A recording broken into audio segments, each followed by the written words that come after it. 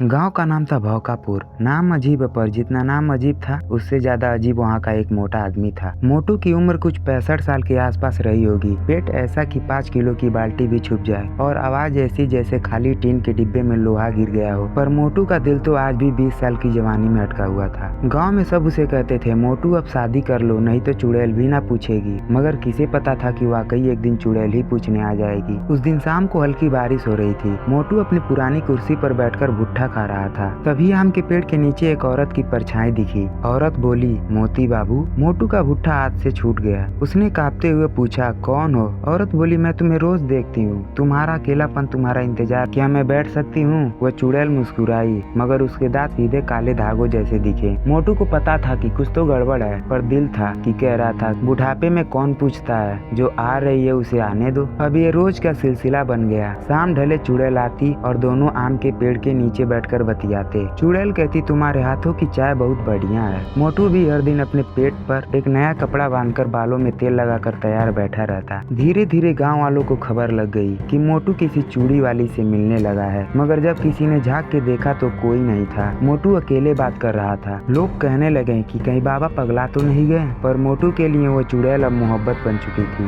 वो कहती, मैं तुम्हें अपने साथ ले जाना चाहती हूँ, एक ऐसी जगह जहाँ मौत ही नहीं होती। मोटू मुस्कुरा कर कहता, बस एक ही शर्त है, लेकिन मेरे साथ 1 हफ्ते भर तक आलू के पराठे खाना पड़ेगा। चुड़ैल हंसी और उसकी हंसी से चारों तरफ कुत्ते रोने लगे। फिर एक रात आसमान में एक भी तारा नहीं था। हवाओं में सन्नाटा था और आम का पेड़ मानो कांप रहा था। चुड़ैल ने कहा, मोती बाबू, आज आप मेरे साथ चलेंगे हमेशा के लिए? मोटू ने हंसकर कहा, तैयार हूँ, बुढ़ापे में कौन ही पूछता है। वो उसे लेकर गाँव के बाहर शमशान की ओर गई। वहाँ एक पुराना मंदिर था, टूटी मूर्तियाँ, जली हुई लकड़ियाँ और बीच में एक बड़ा सा काला घेरा। चुड़ैल ने कहा, यहाँ खड़े हो जाओ। मोटू थोड़ा घबराया, मगर फिर बोला, तू छोड़ तो नहीं देगी? चुड़ैल ने बोला, नहीं, मैं हमेशा के लिए तुम्हारी बन जाऊंगी, बस एक बलिदान चाहिए तुम्हारा। अब मोटू बहुत बड़ी जाल में फंस चुका था। वो भागने की कोशिश करने लगा, मगर उसके पैर जमीन में धंसने लगे। चुड़ैल चिल्लाकर बोली, 7 दिन की मोहब्बत पूरी हुई, अब आत्मा मेरी हुई। वो झपटी और मोटू की छाती में अपने लंबे काले नाखून घुसेड़ दिए। मोटू की चीख ने पूरे गाँव को जगा दिया। जब सुबह लोग मंदिर के पास पहुँचे तो कुछ नहीं था, ना मोटू ना चुड़ैल, बस जमीन पर आलू के पराठों की एक थाली रखी थी और थाली में लिखा था, सच्चा प्यार वही जो आत्मा तक खा जाए। उस दिन के बाद मोटू बाबा कभी नहीं दिखे। पर आज भी हर साल उस दिन शाम को जब आम के पेड़ के नीचे कुर्सी लगाई जाती है तो हवा में चाय की खुशबू आती है और कहीं दूर से आवाज आती है, मोती बाबू चलो, आलू के पराठे ठंडे हो रहे हैं। अगर हमारी कहानी आप लोगों को पसंद आई हो तो प्लीज हमारे चैनल को सपोर्ट कीजिए और आप लोगों को यह कहानी कैसी लगी कमेंट में बताइए।